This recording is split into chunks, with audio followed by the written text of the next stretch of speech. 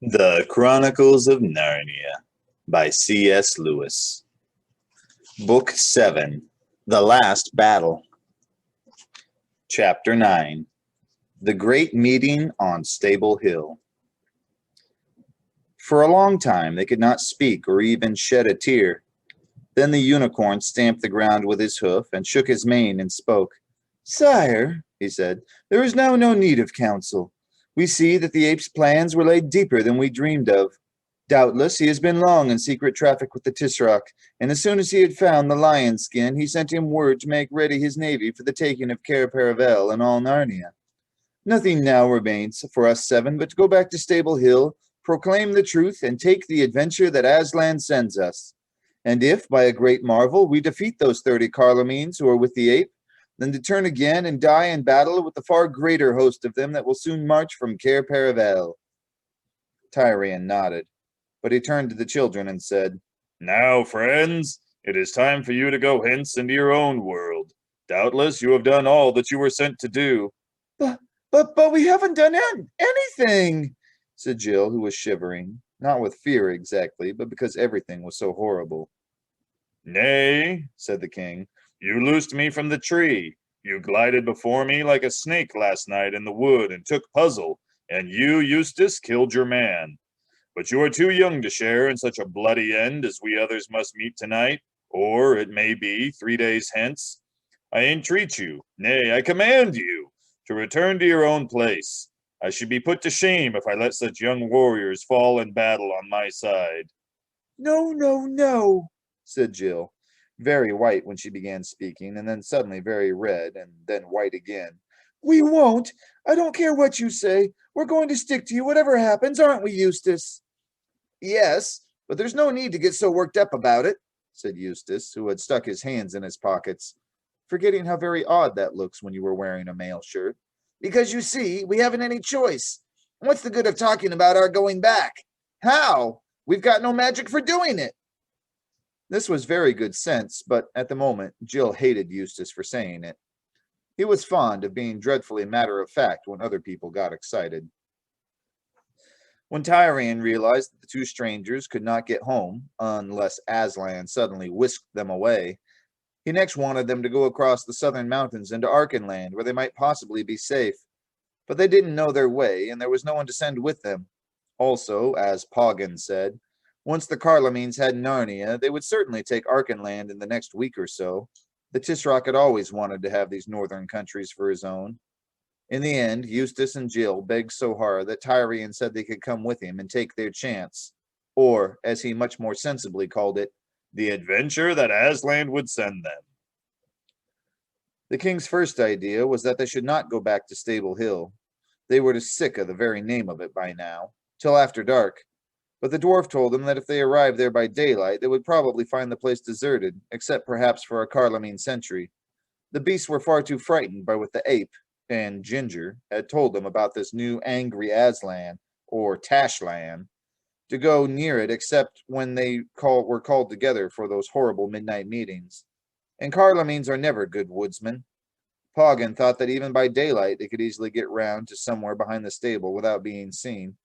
This would be much harder to do when the night had come, and the ape might be calling the beasts together, and all the Carlomenes were on duty. And when the meeting did begin, they could leave Puzzle at the back of the stable, completely out of sight, till the moment at which they wanted to produce him. This was obviously a good thing, for their only chance was to give the Narnians a sudden surprise. Everyone agreed, and the whole party set off on a new line, northwest, towards the hated hill. The eagle sometimes flew to and fro above them. Sometimes he sat perched on Puzzle's back.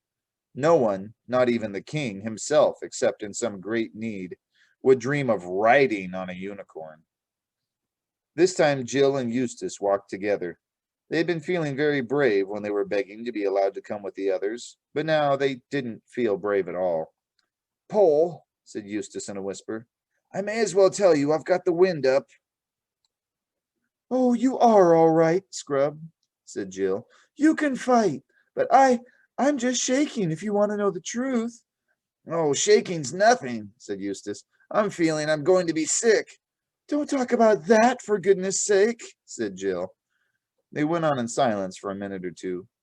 "Pole," said Eustace presently. What? She said. What'll happen if we get killed here? Well, we'll be dead, I suppose. But I mean, what will happen in our own world? Shall we wake up and find ourselves back in that train? Or shall we just vanish and never be heard of anymore? Or shall we be dead in England? Gosh, I never thought of that. It'll be rum for Peter and the others if they saw me waving out the window, and then when the train comes in, we're nowhere to be found. Or if they found if we're dead over there in England. Ugh, Said Jill. What a horrid idea. It wouldn't be horrid for us, said Eustace. We shouldn't be there. I almost wish... No, I don't, though, said Jill. What were you going to say? I was going to say I wished we'd never come, but I don't. Even if we are killed, I'd rather be killed fighting for Narnia than grow old and stupid at home and perhaps go about in a bath chair and then die in the end just the same. Or be smashed up by British railways. Why do you say that? Well, when that awful jerk came, the one that seemed to throw us into Narnia, I thought it was the beginning of a railway accident, so I was jolly glad to find ourselves here instead. While Jill and Eustace were talking about this, the others were discussing their plans and becoming less miserable. That was because they were now thinking of what was to be done this very night, and the thought of what had happened to Narnia, the thought that all her glories and joys were over, was pushed away into the back part of their minds. The moment they stopped talking, it would come out and make them wretched again, but they kept on talking. Poggin was really quite cheerful about the night's work they had to do. He was sure that the boar and the bear and probably all the dogs would come over to their side at once, and he couldn't believe that all the other dwarfs would stick to Giffel. And fighting by firelight and in and out among trees would be an advantage to the weaker side. And then if they could win tonight, need they really throw their lives away by meeting the main Carloman army a few days later? Why not hide in the woods or even up in the western waste beyond the great waterfall and live like outlaws? And then they might gradually get stronger and stronger, for talking beasts and Archenlanders would be joining them every day. And at last they'd come out of hiding and sweep the Carlomans, who would have got careless by then, out of the country, and Narnia would be revived. After all, something very like that had happened in the time of King Miraz. And Tyrion heard all this and thought, But what about Tash? And felt in his bones that none of it was going to happen. But he didn't say so. When they got nearer to Stable Hill, of course, everyone became quiet. Then the real woodwork began. From the moment at which they first saw the hill to the moment at which they arrived at the back of the stable, it took them over 2 hours. It's the sort of thing one couldn't describe properly unless one wrote pages and pages about it. The journey from each bit of cover to the next was a separate adventure, and there were very long waits in between and several false alarms. If you are a good scout or a good guide, you will know already what it must have been like. By about sunset, they were all safe in a clump of holly trees about 15 yards behind the stable. They all munched some biscuit and lay down. Then came the worst part, the waiting. Luckily for the children, they slept for a couple of hours, but of course they woke up when the night grew cold, and what's worse, woke up very thirsty and with no chance of getting a drink. Puzzle just stood, shivering a little with nervousness, and said nothing. But Tyrion, with his head against Jules's flank, slept as soundly as if he were in his royal bed at Cair Paravel, till the sound of a gong beating awoke him, and he sat up and saw that there was firelight on the far side of the stable, and knew that the hour had come. Kiss me, Jule, he said, for certainly this is our last night on earth, and if ever I offended against you in any matter, great or small, forgive me now.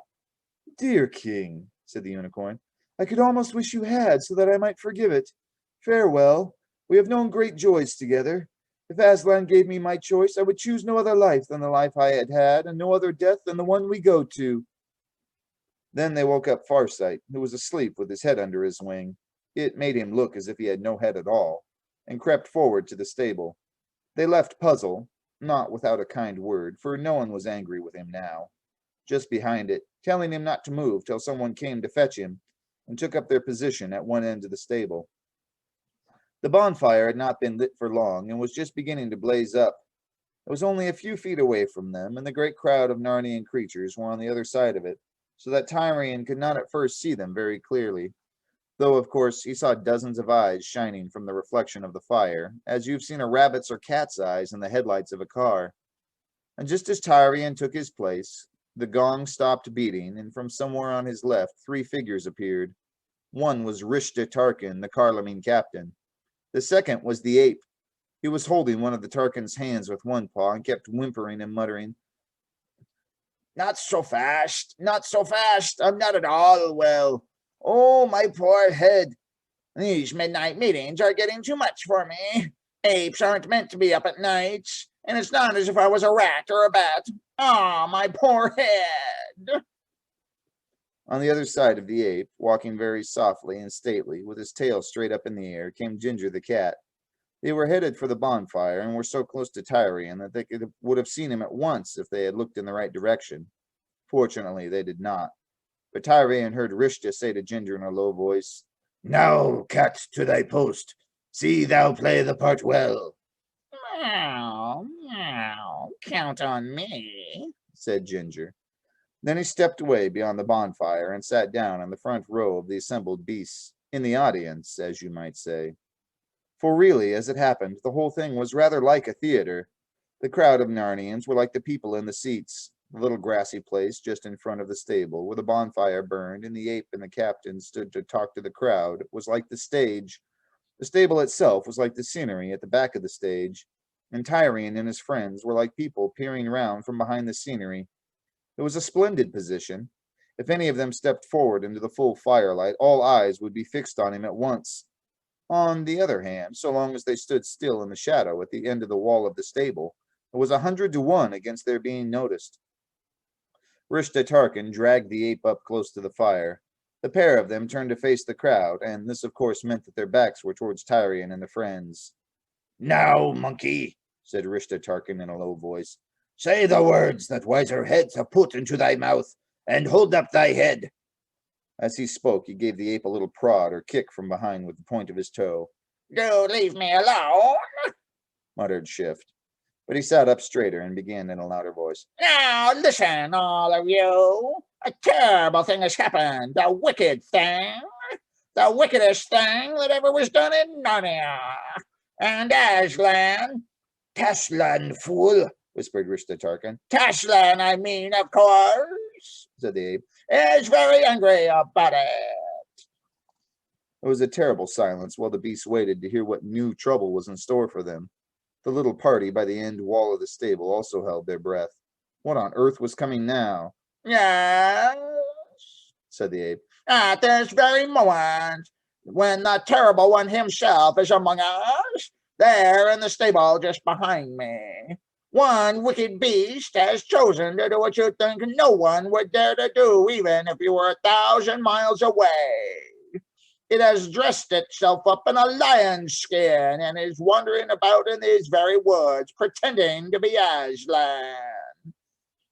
Jill wondered for a moment if the ape had gone mad. Was he going to tell the whole truth? A roar of horror and rage went up from the beasts. "Grrr!" came the growls. "Who is he? Where is he? Just let me get my teeth into him." "It was seen last night," screamed the ape, "but it got away. It's a donkey, a common miserable donkey. If any of you see that donkey—" "Grrr!" growled the beast. We will. He'd better keep out of our way." Jill looked at the king. His mouth was open and his face was full of horror. And then she understood the devilish cunning of the enemy's plan. By mixing a little truth with it, they had made their lie far stronger. What was the good now of telling the beast that it was a donkey that had been dressed up as a lion to deceive them? The ape would only say, "That's what I've just said." What was the good of showing them Puzzle in his lion skin? They would only tear him in pieces. "That's taken the wind out of our sails," whispered Eustace. "The ground is taken from under our feet," said Tyrion. Cursed cleverness," said Poggin. "I'll be sworn that this news lies of Ginger's making."